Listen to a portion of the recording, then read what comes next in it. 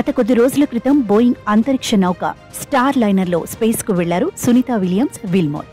June 5వ తేదీని వారు అంతరిక్షానికి పయనమయ్యారు. 6వ తేదీన చేరుకున్న తర్వాత అక్కడి నుంచి త్వరగానే తిరిగి రావాల్సి ఉంది. కానీ వారి తిరుగు పయనానికి అడ్డంకులు ఎదురయ్యాయి. 8 రోజుల క్రితమే రావాల్సి ఉండగా సాంకేతిక సమస్యలతో ప్రయాణం వాయిదా వస్తూ పడింది. దాంతో సునీత విలియమ్స్ విల్మోర్ సురక్షితంగా భూమిపైకి వస్తారా లేదా అన్న ఆందోళన అందరిలోనూ మొదలైంది. తాజాగా ఇదే విషయంపై స్పేస్లో ఉన్న వీరిద్దరూ విలేకరుల సమావేశంలో ఈ విషయాలను వెల్లడించారు.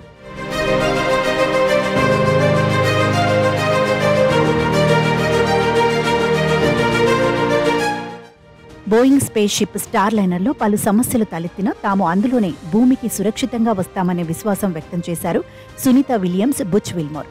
ఐఎన్ఎస్ నుంచి బుధవారం వీరిద్దరూ మాట్లాడి తమ క్షేమ సమాచారాన్ని తెలిపారు. భూమికి చేరుకోవడంపై ధీమాగా ఉన్నామని చెప్పారు. ఇక ఐఎన్ఎస్ కూడా వారి తిరుగు ప్రయాణంపై తొందరేమీ లేదని స్పష్టం చేసింది. సునీత విల్మోర్ ఎప్పుడు తిరిగి రావాలన్న దానిపై తాము ఎలాంటి తేదీ నిర్ణయించలేదని అమెరికా అంతరిక్ష సంస్థ నాసా కొన్ని రోజుల క్రితం ప్రకటించిన విషయం తెలిసిందే. హీలియం వాయువు లీక్ కావడం, థ్రస్టర్ల వైఫల్యం కారణంగా ఇబ్బందులు తలెత్తాయి. అంతర్జాతీయ స్పేస్ స్టేషన్తో అతి కష్టం మీద అనుసంధానం లభించింది. థ్రస్టర్ను పరీక్షించడం పూర్తయ్యాక తిరుగు ప్రయాణమవుతామన్నారు. రోదసిలో ఎక్కువ సమయం ఉండాల్సి రావడం పట్ల తమకు ఫిర్యాదులు లేవని సునీత విల్మోర్ తెలిపారు.